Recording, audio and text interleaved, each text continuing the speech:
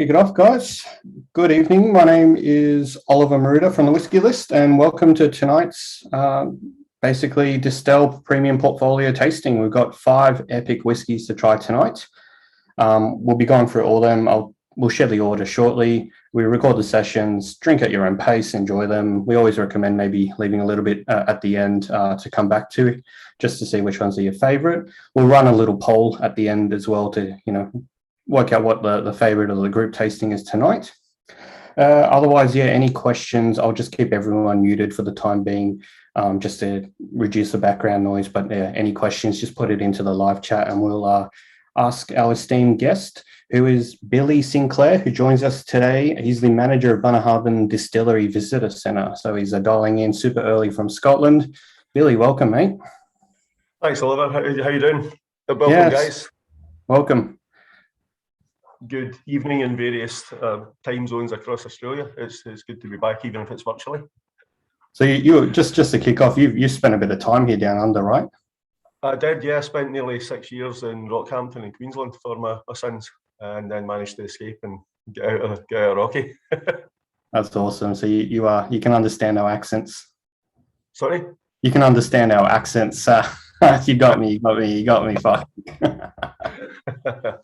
It's still early here. I'm still sharp. It's okay. All right. Well, let's kick off. I think most importantly, let's get some whiskey in hand, and then you can tell us through a bit about the 3 distilleries tonight as well. Tonight we are going to kick off with the Daneston 91 Musket cask. Yeah. Daneston is one of the 3 distilleries in the Distell group now. Before I go too far into this, pour some of the Daneston into your glass and have a wee nose of it while I'm rabbiting on for a minute. One of the things I did learn when I lived in Australia was that when I'm talking Scottish, I might have a little bit of an accent.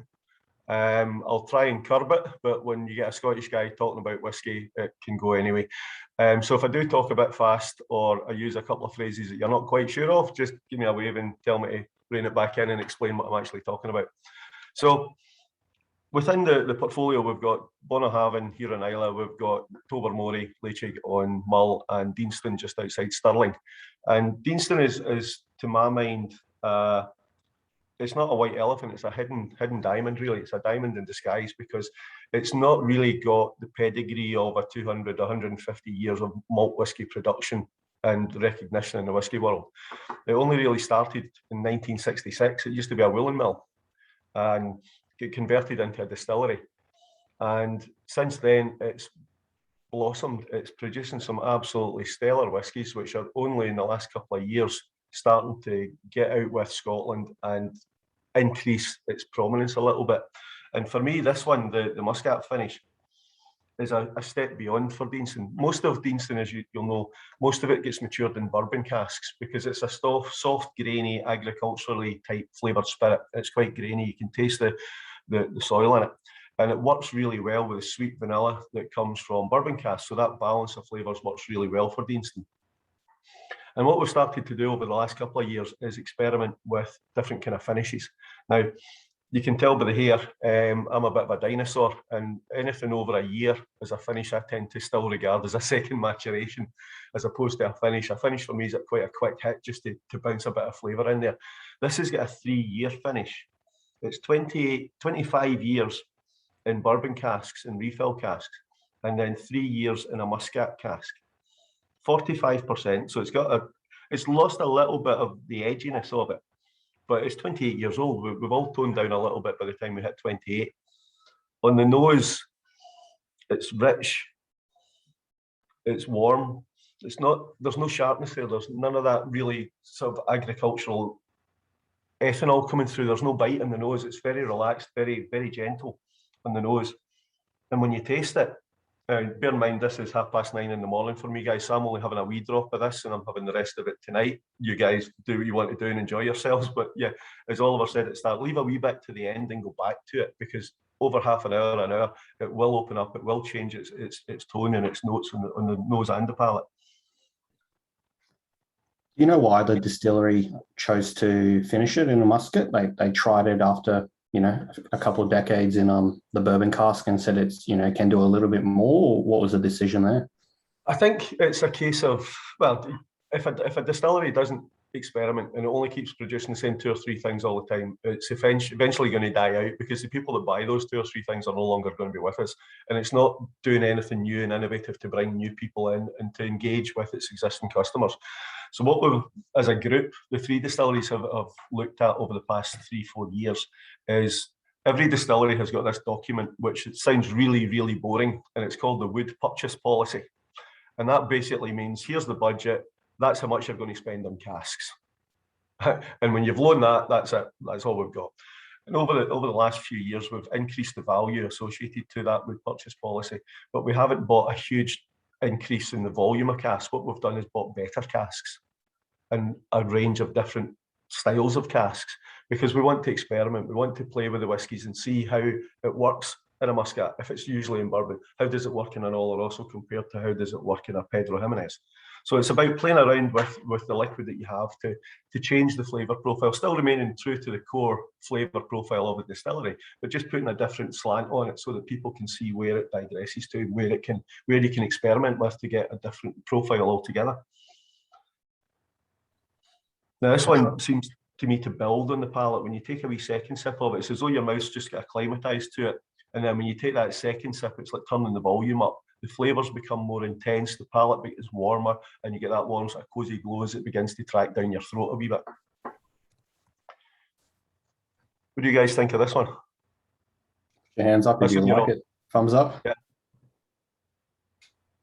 I'm just going to... I mean, for me, the Daneston 18 is a fantastic whiskey. Beautiful. 16 years on refill, 2 years on a first fill bourbon. Big hit of that vanilla, sweet candy floss flavour. Absolutely gorgeous balance of flavours. This is not the Daneston 18. This is something very, very different. It's a much more complex, warmer. It's almost, for me, it's verging towards what you would expect from Bunnahabhain. It's got a little bit of the old leather, the smoky armchair, and the dark library type of feeling about it. And just in terms of the warmth and the number of layers that this brings through. I was just going to say, I actually tried this a couple of days ago for the first time, and I had to sip it over a couple of hours. Every 10 minutes, there's a new flavour profile that you discover in the glass. It's super refined, it's balanced, and this has to be it is my favourite Daneston I've ever had. It's loving it. Well, I was talking to Glenn, the manager at Daneston Visitor Centre this morning, saying, now, remember, you promised to put a bottle of this away for me. And she said, I've got 4 left and they're all for tastings. So if you guys have got a bottle, enjoy it, because this is the only bit I'm getting of it. And you mentioned the bottle. So this is the, sorry, I'll turn off my little bright light so you can actually see it a bit better. Awesome. It's stunning colour on it. Yeah. So, what's the black spot on the back mean? Any basically, it's for export. If it was for sale in the UK, the duty stamp would be there. But if it's been exported, then you put a black seal over the top of it, because the UK duty obviously gets taken off and import duty gets put on when it gets taken out. So that's what the black circle in the back is. It means it was bottled in the UK and then exported. That makes total sense. 45% ABV. Super creamy and easy to drink. Yeah, we've got this thing called a quaffing whiskey, where you just drink quite quickly and you're going to that happy place very rapidly. This is certainly not a quaffing whiskey. This is a sipping whiskey. And like you said, this is something that you can enjoy over the course of an hour. Just sitting, having a wee nose of it, a wee sip of it, and just let it build in the palate. And yeah, ideal for sitting with a couple of mates and just solving the world's problems. For those at home, let us know your tasting notes in the chat, what you're getting. We've just discovered that one of our guests got a double up Michael Ron, but he's got that whiskey in his own cupboard, so you can crack that bottle tonight. I'm happy to accept samples anytime, guys. Just saying. I'm dead jealous of the pictures of the whiskey shelves behind some of you guys. That's impressive. Yeah, there are some very keen whiskey lovers here in the room. Loving Jacobs there. He's got a globe as well that he takes all his photos with, and everyone worries that a whiskey's going to tip over because it's like on the edge, and one day we might lose one, but we'll see. I always remember All it right. was one of the happiest days I had in Australia when I walked into BWS and the Lagavulin 16 on the shelves, because that was the only Isla malt that I could find when I lived there. It was terrible at that point. Shall we move on to whiskey number 2? Yep. The second one we're going to try is the Tobermory 23-year-old Oloroso finish, guys. You've got that one there as well, Oliver? Yes. Oliver, sorry. I said Olivier because the guy that runs the visitor centre at Tobermory is Olivier. And I was just talking to the two of them earlier this morning, so apologies, Oliver. I like the Scottish version. Might have to adopt it. Nice Swiss. Swiss, there you go. Whiskey's multicultural. It's all good. I just want to highlight Ross's comment here. Wife just came home. I offered her a sip. Bad idea, none left. But mate, there's a few bottles online. A few of the indies have all got stock. So if you grab a bottle, there's plenty more. So the second one, as you say, is the Tobermory 23-year-old. It's bottled at 46.3%, and essentially this is planned to be part of the core range extension for Tobermory. We moved the 10-year-old, which was an okay whiskey. We changed that over the couple of years that the distillery was closed for renovations and redevelopment a wee bit, and re-released that as a 12-year-old. And to my mind, the extra 2 years really did benefit the whiskey. It gave it a whole new layer of complexity, which works really well. And some of you will remember the old Tobermory 15-year-old. Cracking whiskey. This is the iteration of that. We've left the 15, the stocks that would be going into the 15 to mature for longer, and we've finished them in first and second fill Oloroso sherry casks to give them a little bit more punch, a little bit more flavour, a little bit more depth. And this is the 23-year-old Tobermory as part of the new core range. Tobermory bottles.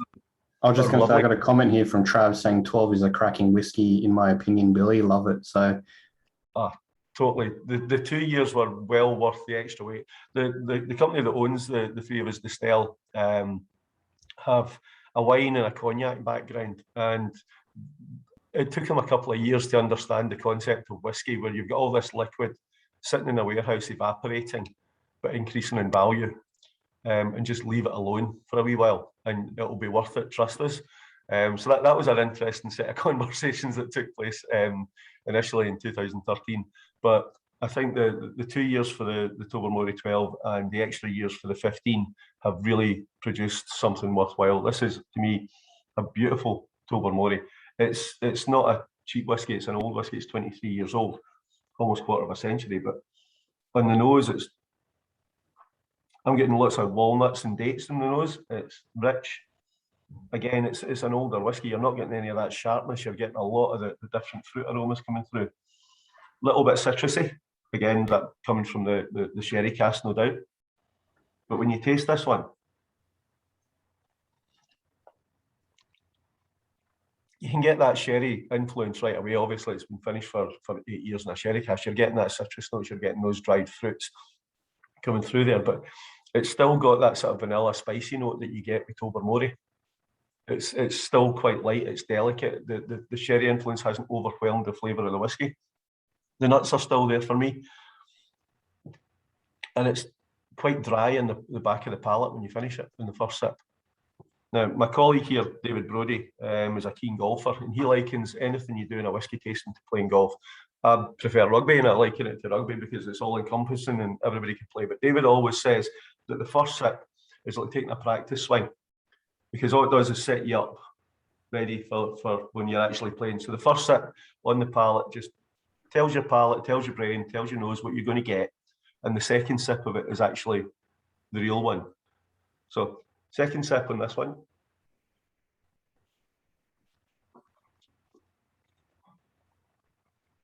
Again, fantastic. Nice, and again, the vanilla honey comes through for me. A little bit more grainy in the second sip.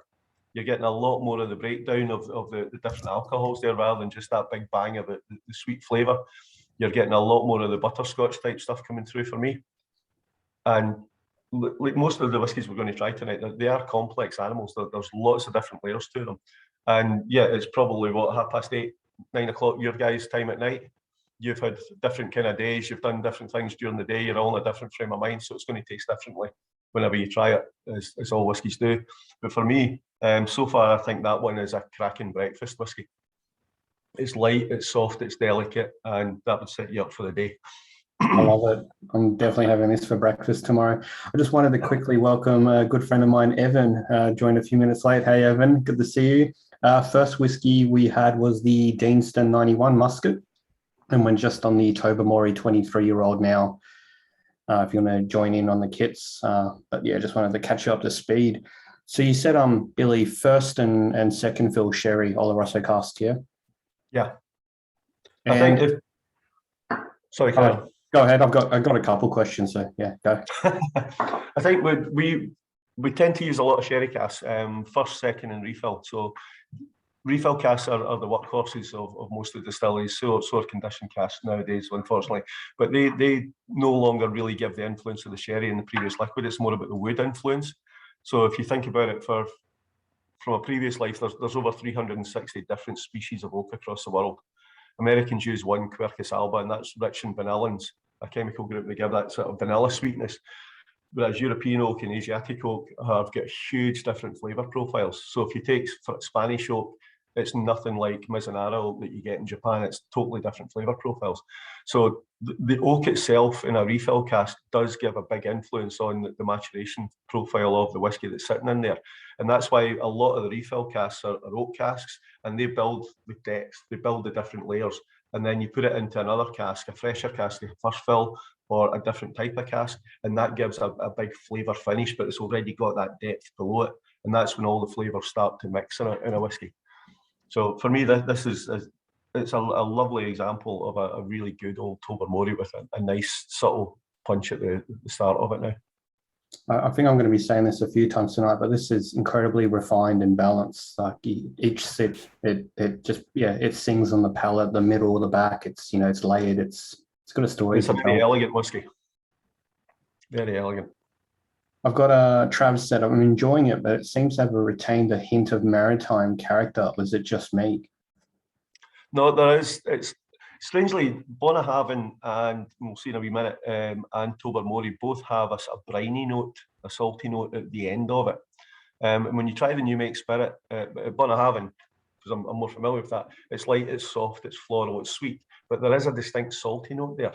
Now, for Tobermory and any distillery on Isla, that's a marketing man's dream, or a marketing person's dream, because it's all about the sea spray and the salty air landing in the casks and infusing down into the wood and giving it that salty note. Yeah, that's marketing. It doesn't really happen like that, but it's a good story. So we'll stick to it. It really comes down to the balance of flavours between the spirit and the flavours coming out of the wood and how they interact to each other, and whether they give us a chlorine note or any other kind of salty note, because all the different chemical groups in there are reacting and producing other compounds which give you flavour.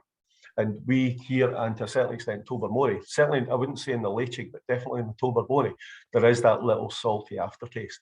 And that's why an Oloroso cask is quite good, because it doesn't have that component. It's all about citrus sweetness. But if you try something like a Fino sherry, like a Manzanilla cask or a Canasta cask, they definitely do give that salty note a little bit of a boost. Oh, it's good insight. Yeah, I didn't know that, actually. Yeah.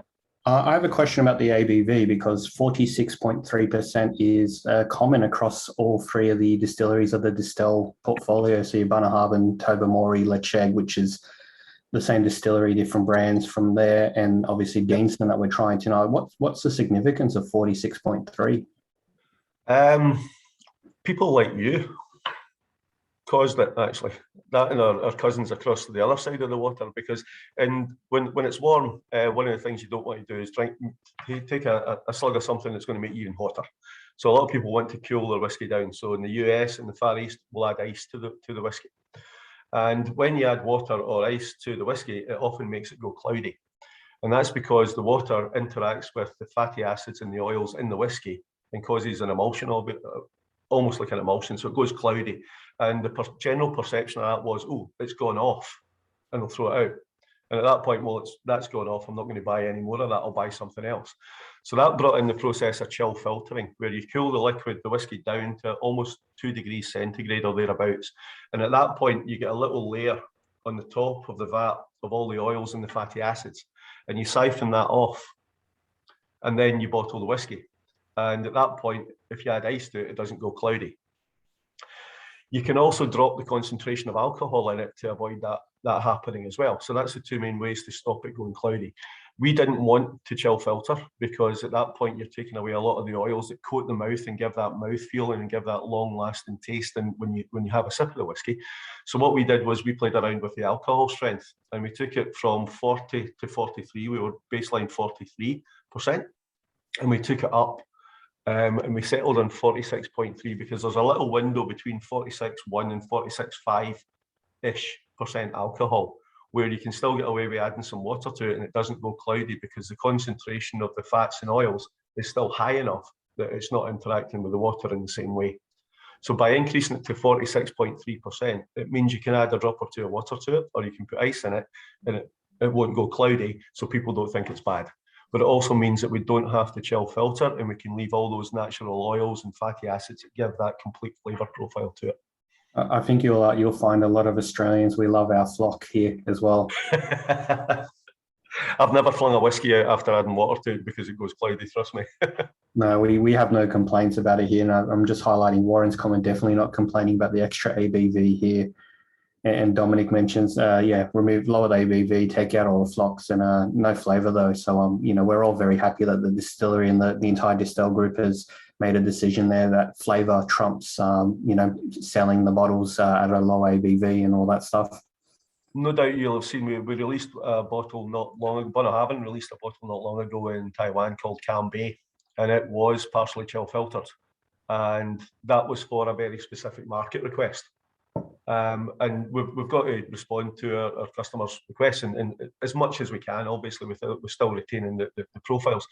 But we've had a couple of people coming back to say it's not good, we don't like it, that's not how we should be doing it. The main market we sent it for likes it, but it's not something that we would want to do across the board. And I don't think I've ever heard anyone complain about extra ABV. I've heard the folk complaining about bringing it down, but I've never heard about folk complaining about leaving it a little bit higher. Got another question here. That got a lot of unwelcome attention. Billy, is this something to throw in the bin, or will it, hurt elsewhere? Trav, you're referring to that Taiwan release, yeah? Yeah, it did. It's one of those things. If you don't try something, you'll never know. And we got a specific request from the market to do that. We did that. Obviously, like most whiskies, if you send a batch of whiskey for a specific market, it's never all going to stay there. Some of it will go out to different folk. And there was a couple of reviewers, a couple of bloggers cottoned onto the bottles.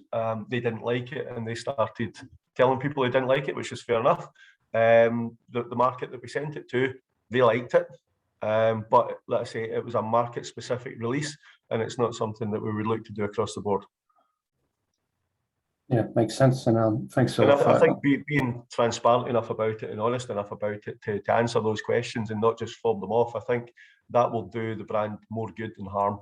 And that we face up to it and say, yeah, we get asked for that. It's not something we'll do universally, and we'll learn lessons from that and underline what we're going to do and what we're not going to do again. I won't mention there's another big famous Scottish distillery that does sherry casks that announced chill filtering recently, and I think everyone here knows about it. The response, especially in Australia, has been, people are not happy that they've announced it. So it's great that there's no colour, no chill filtering. Tell you something though, in the short term, their sales have gone through the roof because everybody's buying the current batch. But that's not long-term survival of a distillery. You'll grab what you can and you'll never visit it again. No, we like what Bunna and the rest of the whiskies from the group are doing here. But let's actually jump onto the Bunna whiskey number 3. Yeah, Bunnahabhain is a little bit different. You'll know Isla's mecca for peatheads. It's the home of the peat monsters of the whisky world, and we fitted that description up until 1963. We produced heavily peated Isla style whisky. Then we changed to completely unpeated to supply the demand for Cutty Sark, a blend which was the biggest selling whisky in the US for years.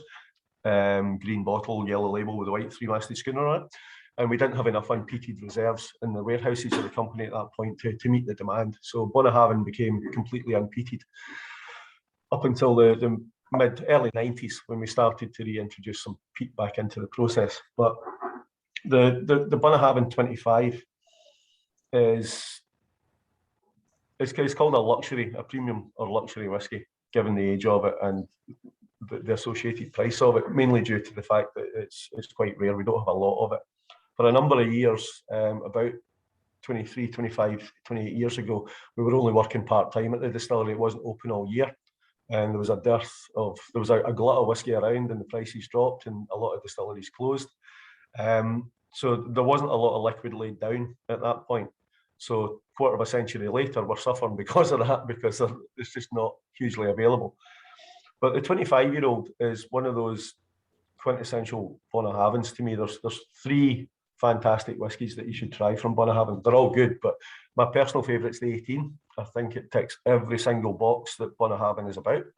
The 25 is that one there, that's right, Oliver, absolutely stunning whiskey. The 25 is a step up from that, obviously. It's an extra 7 years. There's a lot more there. It's not as intense a flavour because of the maturation profile. And if you look back to the late 60s, there's a bottling called Old Acquaintance, which is the archetypal Bunnahabhain that costs a fortune and you can't find anymore, unfortunately. But this is matured in all sherry casks. That's the fella there, Michael. It's a beautiful dram. It's matured in a marriage of different casks, of first, second, and refill casks. Do you imagine if we go back to that distillery that we were talking about a minute ago that we won't name, do a lot of big sherry bombs, massive sherry influence in the whiskies. If you leave a whisky in a first fill sherry cask for 25 years, you're looking at a sherry bomb. The sherry influence will drown out a lot of the flavour of the whisky, a lot of the profile of the distillery. So for us, what we don't do is put all the 25-year-old from first fill casks. Most of it's from second fill and refill casks, because at that point you're getting a subtle influence of the sherry from the wood going out into the liquid. You're getting a lot of influence of the casks coming out, and that small proportion of first fill casks is giving you that top up of the sherry influence, that citrus flavours. And for me, when you nose this one, it's very delicate. It's very soft, subtle aromas coming off in the nose. And you really have to work at it to get anything significant because it is quite subdued. And to me, that's not a bad thing because it's lulling you into a false sense of security. You think you're going to get something tame and sort of very, very laid back and not very big in the flavour profile at all. But when you taste this one,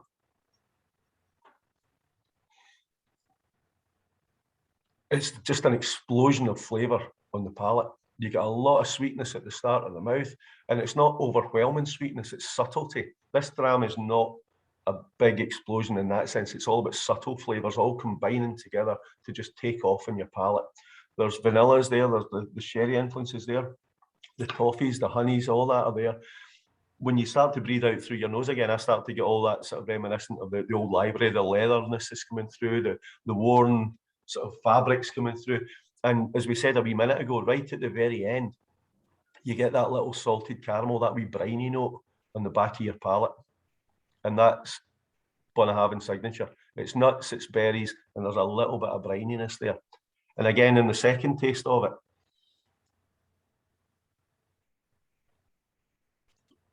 just roll it around in your palate for a wee second and let those flavours build and build and build. And it's almost as though you're taking a different dram, because the flavour match is completely different. Different things are coming to the fore in your palate. For me now, I'm getting more of the sweet, of the citrus. I'm getting less of the honey and the softer notes. I'm getting more of that sherry influence coming through. But again, that saltiness is still there right at the very end. It's just that little hint of brine that you think if you're standing on the shore here and the waves are splashing up and you're getting a little bit of that saltiness in the air that you're breathing in and tasting. And that's quintessential Bunnahabhain. This dram is very special. I think both me and my business partner Chris, we both love it. It's sublime. Pour yourself a big glass in, a Glencairn or a tumbler. Sit by a fire in the middle of winter. It's like that's the image I'm getting. Or go, to an Aussie sort of beach house somewhere, anywhere around Australia. Watch a sunset. Enjoy this whiskey. This is what it was designed for. Like, take the time to enjoy it. We've got, well, personally, there's summer whiskies and there's winter whiskies and there's everyday whiskies. Can't afford this one as an everyday whiskey, let's be honest. It's not the cheapest whiskey in the world. This for me is a summer whiskey. Seeing a nice summer evening, just sitting watching the sun going down, get a barbecue on in the background or steaks grilling somewhere in the kitchen, and just having one or two of these before you go in for a feed. Absolutely gorgeous. For me, a big heavily peated whiskey is a winter whiskey. When the rain and the snow are going sideways and you're inside by the fire, that's when peat comes to its fore. But for me, this is definitely a early evening whiskey. Just have one of these before you kill your palate and savour it and enjoy it, because it's absolutely gorgeous. We got a few great comments coming in. I love the one Warren just said, summer in Scotland, so winter whiskey here. I know I'm trying to keep it relative to where I am as opposed to where you guys are, but yeah, like I said, I drank whiskey about 3 times a year when I was in Australia because it was just too hot. Yeah, and in Rockhampton is the tropics. You need a margarita or a rum and coke or something. Yeah, so I spent a lot of time travelling south, not just for work, but for a decent whiskey as well. So a couple of questions about this one. Warren goes, can I add a tiny wee drop of water as a big no-no? You can add whatever you want to. We'll tell folk in a tasting, if you want to put Pepsi in it, put Pepsi in it, because if you like it like that, drink it like that. It's your whiskey. You buy it, you drink it however you want. Personally, I wouldn't add Pepsi to it, but if that's what you want to do, then do it, because there's too much snobbery in whiskey. People telling you what you should taste, people telling you what you can and can't do. Take a hike. It's your whiskey. How you drink it is up to you. It's like politics and everything else. Just don't force your opinions on me. I'll drink it the way I want it. You drink it the way you want it. So yeah, by all means, add 1 or 2 drops of water to it. At 46.3, out of the ones we've had so far, it's probably the one that doesn't need it, but it will just take a little bit of the heat away, and it does open it out. And if you're trying whiskies for the first time, one of the things I'll always do is taste it as it comes, and as it gets down to about halfway, I'll put 1 or 2 drops in just to see what it does, because sometimes you're surprised, and sometimes 1 or 2 drops of water just changes it so completely, and it's like a different dram in the glass. And then add 1 or 2 more, but just 1 or 2 at a time, because it's easy to add more. It's really hard to take it back out. And at that point, if you've only got the 1 dram, you've ruined it. But no, by all means, try experiment. Whiskey's about having fun. There's no right and wrong. It's for sitting with a bunch of mates, having a laugh, having a dram, and let's say just putting the world's problems to rights. And however you want to do that is completely up to you. I went on a whiskey tasting where the fella running it, who's a well-known whiskey person, the first thing he did was add enough water to take the alcohol content to less than 20%. Now, you're looking at a 25, 35-year-old whiskey, and he's just poured half a gallon of water into it. You're thinking, oh my God, what's he doing? But his take on it was that your body, your tongue, your palate, your nose knows what alcohol tastes like. So take it out of the way and let the flavour of the whiskey actually come through. So for me, yes, definitely try it with 1 or 2 drops of water, because from a taste perspective, what you're doing is, if that's alcohol heat and that's flavour, when you're adding 1 or 2 drops of water, you're taking the heat and the alcohol taste down to here. 1 or 2 drops of water only takes the flavour to here. So you've still got a huge disparity between the alcohol influence and the flavour, and it cuts the whiskey. We tend to call it as cutting the whiskey, because you're cutting it open and letting all the flavour out by adding 1 or 2 drops of water to it.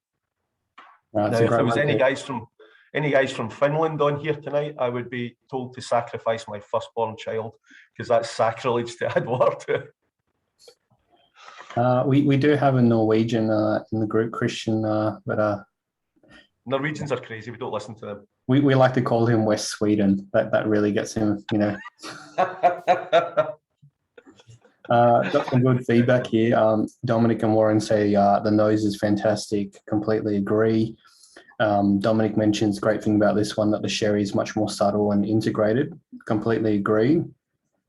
And I love this note. I've had quite a few different distilleries call range, like 20, 25-year-olds, and the spirit is gone, the DNA, and we're getting comments here saying that Dominic mentioned you still get the spirit coming through on this 25, and Trav, agrees the DNA of Bunna is it's not hidden, it's not, you know, washed away over time. I think that's a challenge for all blenders, especially if you're doing something that's a triple matured whiskey. There was a cracking 2013 Kalila that was triple matured, but when you really need to understand the spirit, the raw spirit that you're playing with, to understand what sort of wood you can put it into for how long without killing the profile and the flavour of the distillery. You can make some amazing whiskies, but they're not recognisable as Tobermory or as Daneston or as Bunnahabhain, because the flavour of the spirit itself, the distillery is no longer there. It's all about the wood and the casks. And that to me makes the blenders and the warehouse guys that understand this, they're the magicians. Them and the coppersmiths are the magicians of the whiskey world. Coppersmiths can take 4 square metres of sheet copper and turn it into a still, and you think that's skill. And blenders and warehousemen that understand how wood and spirit interact with each other are few and far between. And to be able to produce something after a quarter of a century, I mean, I think there's probably some of us here might be able to remember what we were doing 25 years ago. A lot's happened in 25 years while this stuff's just been sitting in a lump of wood in a warehouse. It's all about time. It's all about understanding how time influences what you're doing to the liquid. And for me, yeah, I agree. I think you could still tell this is Bunnahabhain. It's still got that Bunnahabhain core to it. It's got beautiful flavours on the side of it, without a doubt. And going back to it now, all I'm getting is bubblegum and things like that. It's just so light and delicate, but it's still Bunnahabhain, and that's the beauty of it for me. Love it. Got a question from Trav here. Trav, with all the questions, I'm loving it, mate. He's curious about how much American oak versus European oak is used in the different expressions at Bunnahabhain. The Bunnahabhain is predominantly European oak. We do some, if one of the warehouses we have here, Warehouse 9, where we do our tastings, the first floor is all sherry casks, the second floor is all bourbon casks. So it's probably about 30% at the moment, because a lot of the core range stuff, things like some of the 12-year-old still has a bourbon influence. Toicha Gaga, the peated core range one, has a bourbon influence. So we still have bourbon matured whiskey married with Oloroso to get a different flavour profile. Most of the special releases, most of the limited editions, and most of the core range now is moving towards full maturation in sherry casks, so European oak. But I don't think that we should ever get wholly rid of American oak, because it brings a whole different dynamic to the game, and the flavour profile it can be absolutely gorgeous. And we'll always be able to steal some from our cousins at Daneston if we need to, because they use a lot of it. We've got a few fans in the room. Bunnahabhain bourbon casks are divine. Yep. We just finished one in the warehouse tasting. It was a 2007 Heaven Hill bourbon cask, and oh my goodness, it was like liquid marshmallow. It was gorgeous, absolutely beautiful. But it's almost finished now, so I'll not talk about it because I'll just make you jealous. Well, we're getting another shipment of all the Distell stock, hopefully landing just before Christmas, so maybe on that one as well. Love this comment from Michael Rom. After a few drams now, I can understand your accent a bit better. Sorry? What accent? Come on, you've only one of me to listen to, and this is a modified accent. But really important question here. A point from Evan. He goes, "It's very tasty, but is it just me? Didn't get long, finish basically. The flavour just disappeared, right? It was a short finish for you, Evan." Yeah. It is, because it's a very subtle one. I think if you try something like the 12-year-old or the 18-year-old, the flavour profile, the aftertaste is much longer, because it's a more intense flavour. Because this is a 25-year-old, let's say most of it was matured in refill casks, it's all about the subtlety, it's about the palate as opposed to the aftertaste. After 25 years, excuse me, after the 25 years, you'll lose a lot of the lighter alcohols, and a lot of the lighter flavours will evaporate off, and the Angels nick them. So we're not too keen on the Angels, but we have to live with them when they take their share. But a lot of what's left is all about subtlety in the 25-year-old. And we could all look at different distilleries across the spectrum and across the range of 25-year-olds. I think this is probably one of the softest out there. Some of our cousins on Isla here, the 25-year-olds that they produce, I think are wholly different animals. And at that age, you expect it to be different from what you would normally get in the earlier reaches of the core range.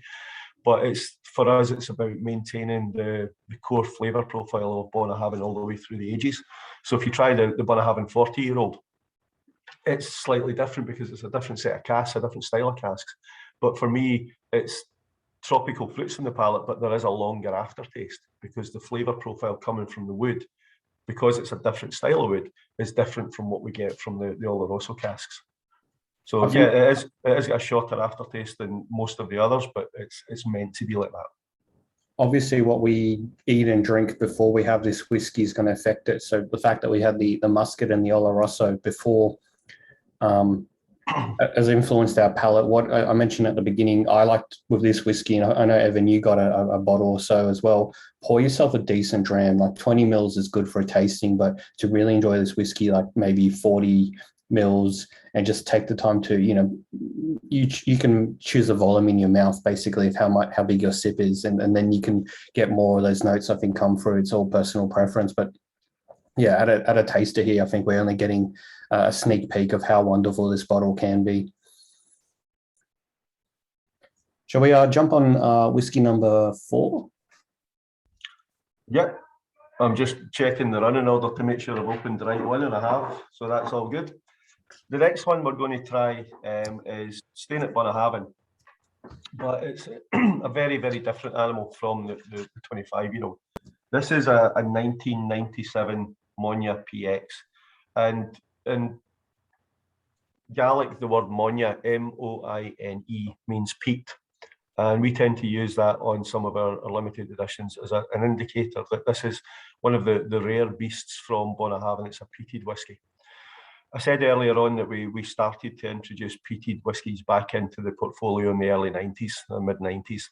So this is one of the first whiskies that we started to do after we moved back into using peat again. And it's on the nose, it's obviously the first thing you're going to get on it is the smoking peat. It's definitely a peated whiskey here. The one thing that you won't get from it, quite rationally, is a huge big slap in the face of peat. This isn't an Ardbeg or a Lafroig. It's a Bunnahabhain, and it's a peated Bunnahabhain.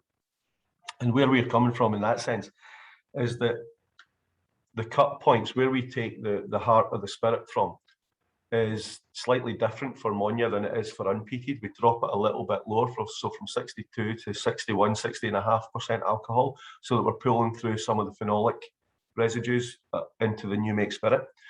If we go to any of our cousins on the island, they're generally dropping it a lot lower, and they're pushing the spirit through a lot faster.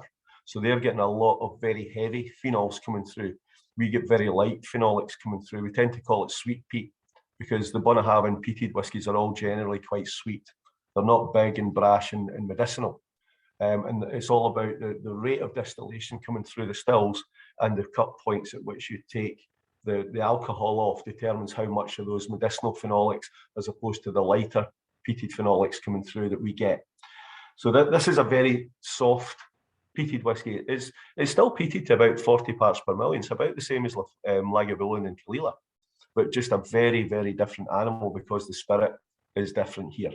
It's soft and sweet and delicate as opposed to heavy and oily and things like this. So the peat interacts very differently with the spirit here than it does anywhere else in the island, because we're all different. We got a question, sorry, from Dominic. Is this the same approach as the, I have no idea even how to pronounce this one, Stoisha? Stoisha. Yeah, pretty much. Stoisha is the brand name that we give to peated spirit that we sell to external customers. So Stoisha is the name of the loch at the top of the hill that we get the water from to cool the condensers. So it's Loch Stoisha. So we named the spirit that we make, peated spirit that we make to sell to other customers, other blenders, other companies. We call that Stoisha as opposed to Bunnahabhain. It was produced at Bunnahabhain, but the brand name for it is Stoisha, and then they can call it whatever they want. So yeah, basically the same principle. Sorry, I just wanted to actually highlight these cool new packaging. So this is the very first time that these are available in Australia. They're both the 25 and this one. So awesome box. Slide it out. And if you see at the top here, there's a little cap, and you have to, sorry, I'm doing it backwards. So There we go. And it's like, it's a solid piece of metal as well. And that's how you have to get the bottle out, and then you have to maneuver it out, and then you get your bottle. So both the 25 and this one now comes in this awesome new packaging. So yeah, if you haven't actually had a look at it yet, it's worth getting. And the 25 was always reasonably well packaged. It came in the little wooden cask, first of all, which was ideal for burying hamsters and budgies when the pets died. And then it came in the sort of brown faux leather box with a magnetic clip. But I think the new packaging is moving up to the next level. It's about responding to a lot of the customer comments that if you're paying that amount for a bottle of whiskey and it's an older whiskey, a lot of people want to showcase it and have it on the shelves behind them, and just the bottle sitting there or a bag that it comes in sitting there isn't really cutting it in terms of how we should be presenting these sort of things. So that's where the new box designs and that came from in terms of showcasing the bottle, because it is a rarer bottle, it is an expensive bottle, and it's something that people want to highlight to say, yeah, this is all part of the overall package. And they're also a lot more robust for travel when you're sending them elsewhere. So yeah, I think the move to the box is a good thing. Paul says it's a teenager proof, hopefully. And Trav called it the hamster coffin. Yeah, the old wooden box, there was a pallet load of them left in East Kilbride. Now, the hinges weren't quite right, or the clasps weren't quite right. And they gradually just kept going down and down and down and down, and then there was hardly any left. And they started asking all the guys up there, said, well, the hamster died at the weekend. That's great. It's in the back garden now. And that's what they all became known as, the hamster box. No, it's great. So it's been 22 years in this PX cask. 22 years. Well, it's a 4-year finish in PX. 22 years, and you'd have to use like an older refill cask or anything like that for that length of time. So it was matured in sherry refill cask, so European oak refill cask, and then a 4-year finish in first fill PX. Bottled at 50%. So there's a little bit of heat in the nose, not massively. It's quite subtle. Once you get by the smoke and the peat, you do start to pick up some of the sweet notes of the PX coming off of it, and a lot of the fruit on the nose. On the palate, though,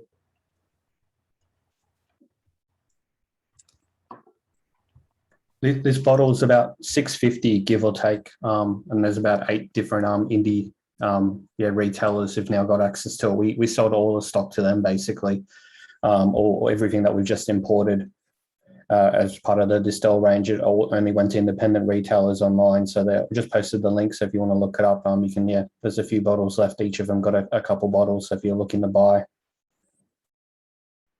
excellent. It's for me a peated Bunnahabhain's a strange animal. If you've ever tried something, I'm happy to mention other distilleries. So if you've ever tried Ardbeg or Lafroig, when you taste them, absolutely beautiful whiskies. But when you taste them, for me, everything happens on the palate. It's just an explosion going off. You've got the smoke, you've got the flavour of the whiskey, everything all just happening on the palate there. For me, a peated Bunnahabhain's very different because it happens in 2 separate stages. When I taste it, on the palate, I get the flavour of the whiskey. So on that one, I'm getting the PX, I'm getting the wood, I'm getting a little bit of the tannins coming through, and then the smoke comes in afterwards. You don't get the smoke for me, you don't get as much of the smoke in the peat in the palate as you do in the aftertaste. So it's almost in 2 phases. You get the flavour of the whiskey, then the smoke rolls over the top of it, and it all starts to take off at that point. And especially if you breathe out through your nose, it just seems to build and build and build. I'm getting kind of geeky at this moment in time because when you talk about peated Bunnahabhains, it's just there's so much to talk about with them. We love it. Please keep geeking. I completely agree. This is why we're here. It's a bit more intimate tasting tonight. Let's geek out. I'll behave myself in future, don't worry. But no, I mean, it's because it's only about 20% of what we do in terms of production. Most of what we do is unpeated. To get a really good peated Bunnahabhain, especially something like from the late 90s, it's a time to settle down. The peat and the phenols from the peat smoke and the liquid itself have had time to marry together, and they've had time to produce all sorts of interesting flavours. Now, I'm not a smoker, but one of the guys I was drinking this with in the pub was smoking a cigar. We're out in the beer garden, he was smoking a cigar, and see the smell of the cigar smoke just mixing with the nose of this and having a wee taste of this. Not quite getting to the stage of starting to smoke yet, but it was lovely. It was really, really nice. So yeah, it's a very complicated beast as a peated Bunnahabhain, but I think things like this, we often get asked the question, well, I mean, you do most of your stuff's unpeated. Are you really still an Isla distillery? Because Isla's all about peat. And you just let somebody say, right, try that and tell me we're not an Isla distillery, because that is Isla to the core. We've got the heritage, we've got the capacity. This is what we do when we want to, sort of thing. This is a true Isla malt, and it's a true Bunnahabhain. Marry the two together in the glass, and it's just beautiful. I was just going to say, if someone, we didn't know what we're about to try, but they go, we're going to bring smoke, we're going to bring a bit of pepper and some vanilla together with some berries and turn it into something delicious. Would you try it blind, or would you go, that sounds a bit weird, but this is all I'm getting, and it's such a unique flavor. It's funny for me that there's no taste of it's a hard one to call the difference between smoke and ash. When you taste something, this for me is definitely smoky. It's not ashy. Ashy's got that sort of earthy grittiness that you would sit beside a bonfire on the beach, and you get that sort of like acrid note at the back of your throat. We don't get that from this. This is all about smoke. There's none of that ashy quality there. So the bonfire on the beach thing, definitively Kalila down the road. Every Kalila I've ever tasted, you get the bonfire on the beach sort of scenario from it. You don't get that from a peated Bunnahabhain. For me, it's smoky and it's peaty. You can get the phenols and you can imagine the peat, but it's definitely smoke. There's no ash in there for me.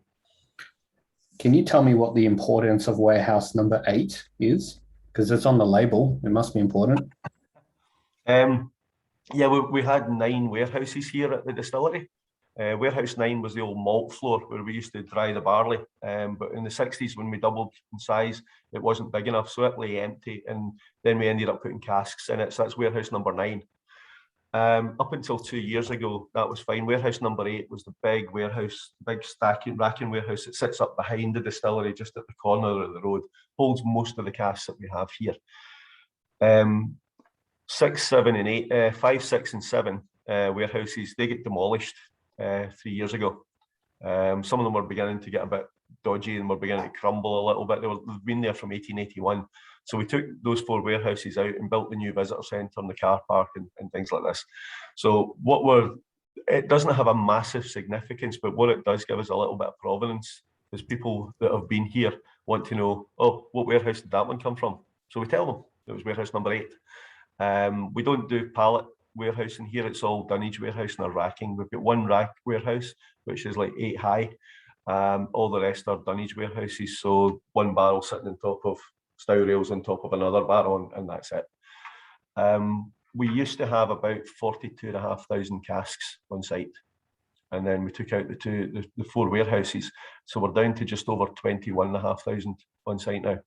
And what we did was we moved all the casks that didn't belong to us, and all the casks that most of the bourbon casks all moved over to the mainland. So we've still got about 2,500 bourbon casks here, and all the other are sherry casks. And most of them will go into the core range, but any limited edition or special release, any festival bottling, things like that, will all be matured on Isla still. That's really important. It's a great point you've highlighted. Yeah, we've got to be pragmatic in terms of the space that we have and the volume that we're producing. I mean, last year we produced 1.8 million litres. We were on track to do the same this year. Then we got a new master distiller come in and said, no, we're going higher. So we're doing 2.7. That's us working 24 hours a day, 7 days a week. So maxing out production this year. I know we're coming close to an hour. If we got everyone a few more minutes, there's so much knowledge and story to telling. So we'll keep running for a little bit. I've got a question from Dominic here saying, where is it? Sorry, the chat's going crazy. Billy, are all the European oak sherry casks, etc., sourced from the same suppliers, bodegas, brokers, or does Bunnahabhain go to various sources? Generally speaking, we've got good relationships with 3 or 4 sherry bodegas in Spain that we continue to use because we know they supply good quality casks. We do a lot of work with Gonzalez Bias. We've got a lot of interaction with a couple of the ones further south. So to get things like Manzanilla, we have to go to a different bodega. because they're sort of regionally located. So we've got a core range of bodegas that we use consistently, but we're also building relationships with new suppliers that will supply good quality casks. Goes back to the wood purchase policy. We want to buy good quality casks because that's going to give you the best outcomes in the end of the day. We work a lot with the Kelvin Cooperage in the US to get bourbon casks. We've always worked with them. We've got a good relationship with them, set up by two Scottish guys from Glasgow, Kelvin at the River Kelvin, and we work well with them. But we've I think in the first floor of Warehouse 9, when I last looked, there was 11 different bourbon distilleries represented there. So we don't have all our eggs in one basket, and we like to try other things just to see what it does to the flavour of the whiskey. If it's going to be stellar, that's a special bottling. If it's not going to be that great, that goes into one of the core range blend marries together or goes out to blending. So it's all about experimenting and finding the best things that will work with your product. So I hope that answers your question. Yeah, we've got 3 or 4 we work with, but we're trying others as well. No, great.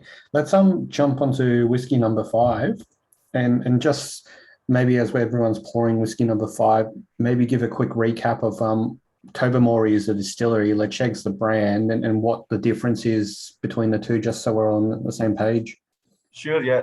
If you might be getting a little bit of background noise because I've got a forklift playing about in the yard here with a tractor moving stuff around, so I apologise if there's a lot of background noise coming through. Lecheg and Tobermory are 2 animals from one den. On Mull, in the village of Tobermory, is where the distillery is located. The precise little bay that it sits on is called Sinclair Bay. It's called Lecheg Bay. So what happens is that for 6 months of the year, Tobermory produces unpeated whiskey, unpeated spirit, and that's branded and marketed as Tobermory. For the other 6 months of the year, it produces heavily peated spirit, and that's branded and marketed as Lecheg. So 2 very different spirits from the same distillery. And Tobermory is a little bit quirky in its own way because the stills, when you get to the top of the still at the Swan Neck, when it moves into the lye pipe to go over to the condenser, it's not straight. It has an elbow in it. So it almost does a 45-degree bend as it moves from the top of the still to the condenser. So you get lye pipes that angle up the way, that angle down the way, that are horizontal. This one angles up the way, but it's got a bend in it. So it changes how the spirit vapours up, moving from the top of the still to the condenser interact. It's not a straight pathway. They've got to get round the corner. And if they don't get round the corner, they condense and fall back down and get distilled again. So although Lecheg and Tobermory are both quite light spirits, they're very, very different when you nose them. And they both, Lecheg itself peaks to about the same ppm as Bunnahabhain when it's doing Monya, about 40 parts per million. But on the nose, this Lecheg that we're trying now is hugely more peaty. It's hugely more phenolic than the Bunnahabhain to me. And in this one, on the nose, I'm getting both smoke and ash. You're getting that sort of dryness, you're getting that sort of earthy note coming through on the nose as well as the smokiness and the sweetness. It's 1998, it's bottled at 55.8%, and it was in refill casks for most of its life, but it's got a 3-year finish in the Marsala. The 3 years in first fill Marsala is a big sweet wine. It's going to have a massive influence on anything that it interacts with. And Lecheg is, to my mind, strong enough in both alcohol and flavour to deal with that very, very well. You still, when you taste this,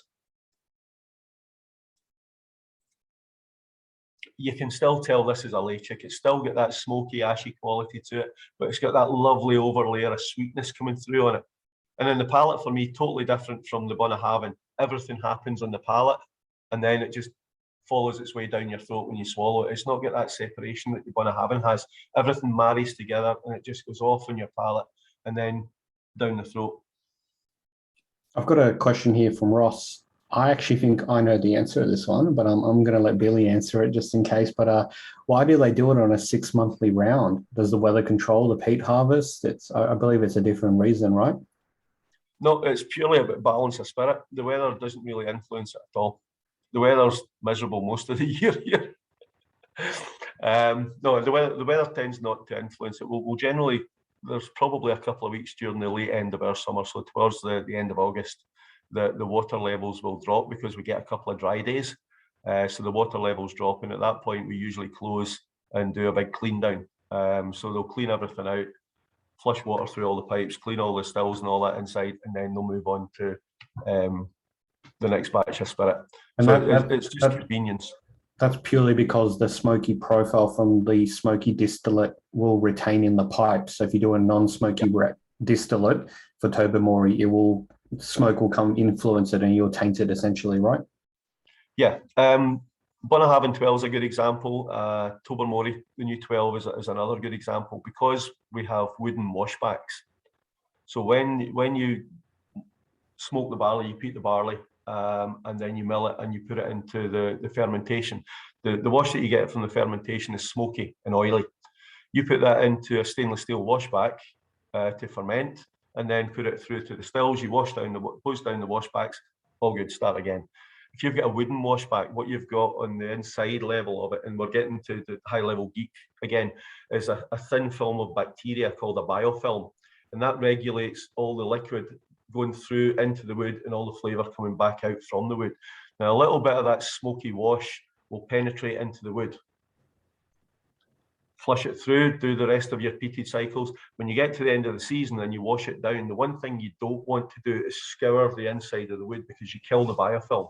And then you just got unregulated flavour movement around and it can be too woody. But what you've got is a little bit of that peated residue from the previous wash still in the wood, and it can leach back out a little bit. Now, some people say when they open a bottle of Bunnahabhain 12 or a bottle of Tobermory 12, they get a little bit of smokiness on the nose. And if they do, that's where it's come from, because we don't scour the inside of the washbacks, but we don't want to move from wood to stainless steel because wood's traditional and wood's what we do. So there is a little bit of interaction there, but it's minute. And I've never met anyone that can do a blind tasting and tell me what was the first run from it and what was not. So yeah, it's all part of the marketing story. Random question for me. There's no unpeated Lecheg out there, is there? No. Yeah, well, there is. There's lots of it. It's just called Tobermory. Just checking. You never know. Unless someone had a few too many drams and labelled it up wrongly, I don't think so. I was going to just share some of these comments. So Trav says such a full texture. I completely agree. It's the first thing you notice on the mouthfeel. It's viscous. It's Michael, Rom, and Dominic say they both love Lecheg. Sweet and peat, such a magic combination, both in the Bunna and the Lecheg. Question from Trav: where does the peat come from in this? Yeah, good question. For us, it's on Isla. For Tobermory, they get peated barley brought in from the mainland because there's not enough peat on Mull, and there's not maltings on Mull to actually to malt the barley with the peat. So we have Port Ellen maltings here on Isla. We'll use that, but others they'll get that from on the mainland. So that'll be peated on the mainland, and the peated barley will come into Mull. Now, I think everyone in the group has heard of Isla, but Isle of Mull, where is that based? 30 miles that way. We're the southernmost island in the Inner Hebrides. Mull is probably 2 islands further up from us on the west coast. So if you go to a place called, I don't know if you've heard of Oban Distillery, you're standing at Oban Distillery, you're looking out over the bay, and the sound of Mull is about 5 miles across the water, and that's where Mull is. It's up there on the left-hand side. So again, one of the Inner Hebrides, slightly further north than Isla. I can see it from here. Basically, it's 30 miles down the sound. I've just launched the poll, so curious what everyone's voting their favourite for tonight. But I love this comment from Evan saying, "Love this bottle, much stronger iodine taste on the Lecheg. Been a while since I've had something like this. Love it." I completely agree. I've poured my entire 20 mils, and I'm just going to sit here and enjoy it after like an hour, just because there's so much to enjoy in this whiskey. I think what you might have to remember, Olivia, is that is that when you have that whole dram in your glass, you're not going to be tasting anything for the next 3 hours. you'll just be chewing on that for the rest of the evening because it's such a huge, big flavour, and the after effects of it are long lasting. Beautiful dram, absolutely beautiful. And we've got I love that, Trav, you're going to replace Google for me, but you're saying there's some unpeated Lecheg from the 60s apparently. Yeah, there's lots of things from the 60s that we don't talk about. If you were there, if you can remember it, you weren't there, man. You know that. Loving, it's 10 out of 15 have answered so far, so I'll let it run for a few more seconds. But just quick, if there's any other questions, guys, file them over, and happy to answer any you can. If I don't answer them here, give them through to Oliver and he'll bounce them through to me, and I'll get back. If you prefer to just ask in person, just put your hand up and I'll unmute you as well.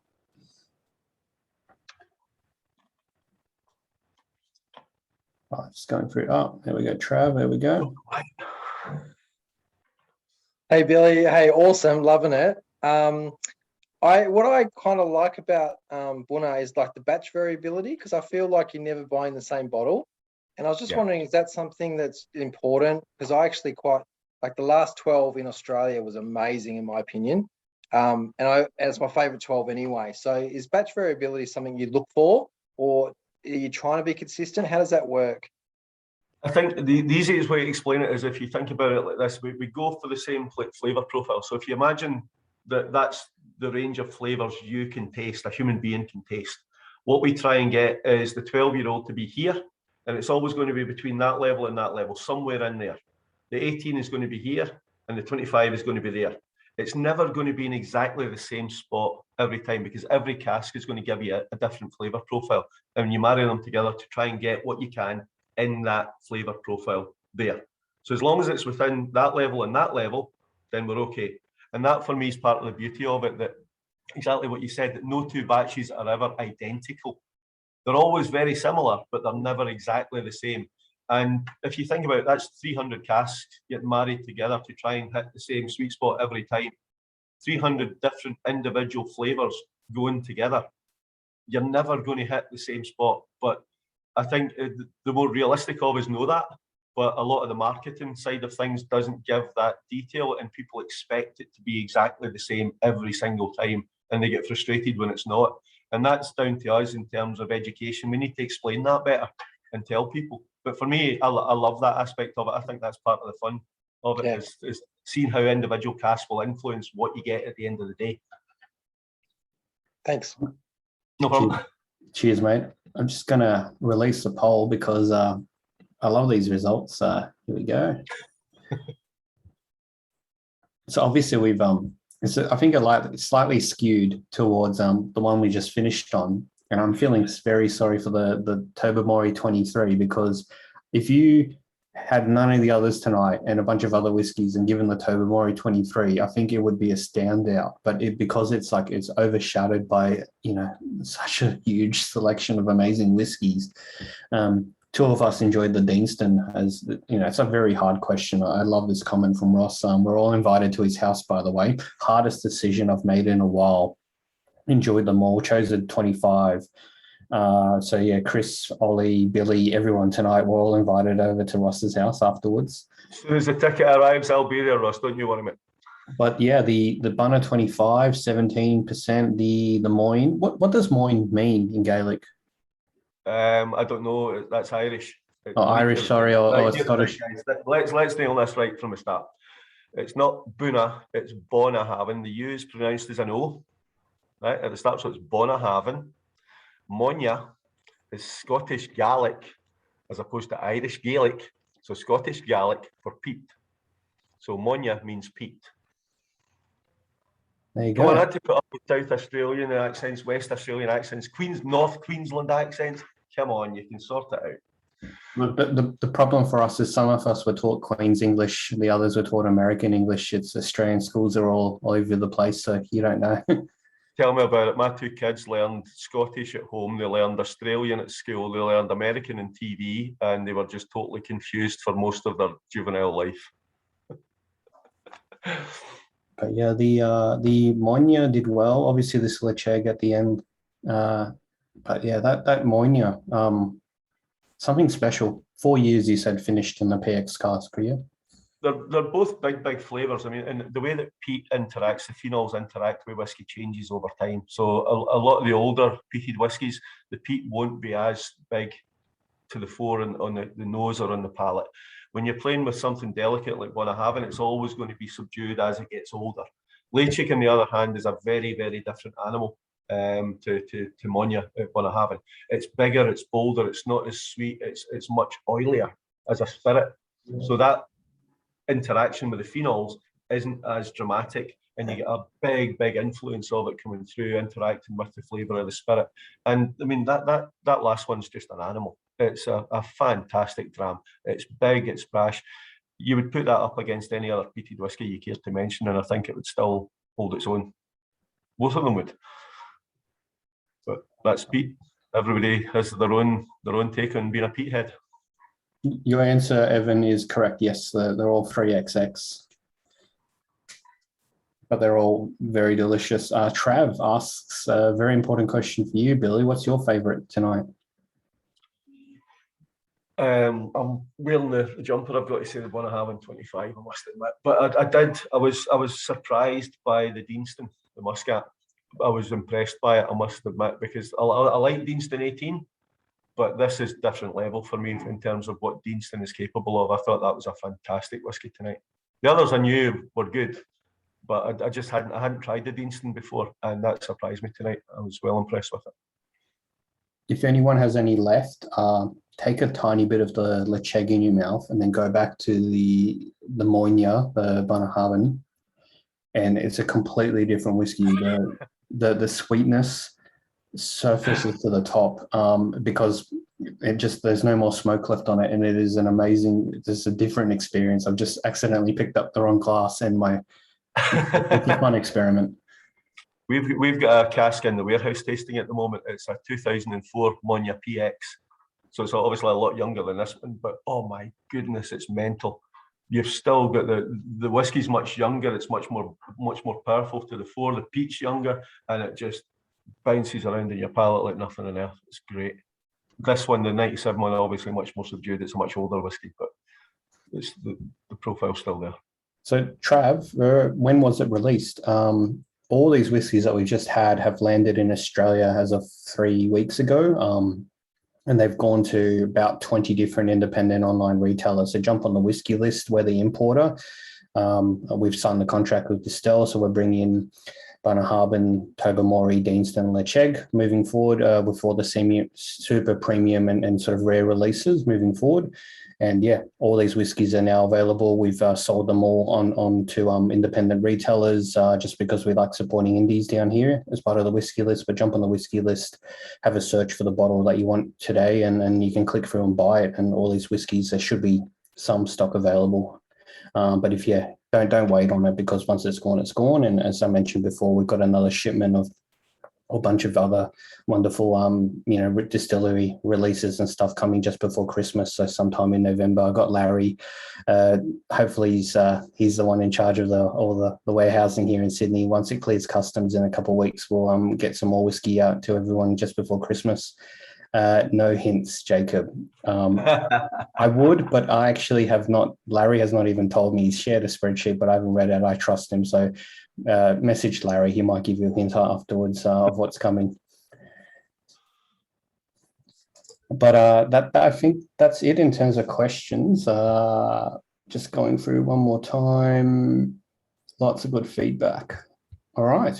I think we might call it quits. Otherwise, thank you so much, Billy, for spending an hour and a half with us tonight, and to everyone joining. Hope you enjoyed these five amazing whiskies from 4 distilleries, essentially. And yeah, great to see you at the next one. No problem, guys. Thanks very much for asking me along. Thoroughly enjoyed it, and hope to catch up with you one day down south.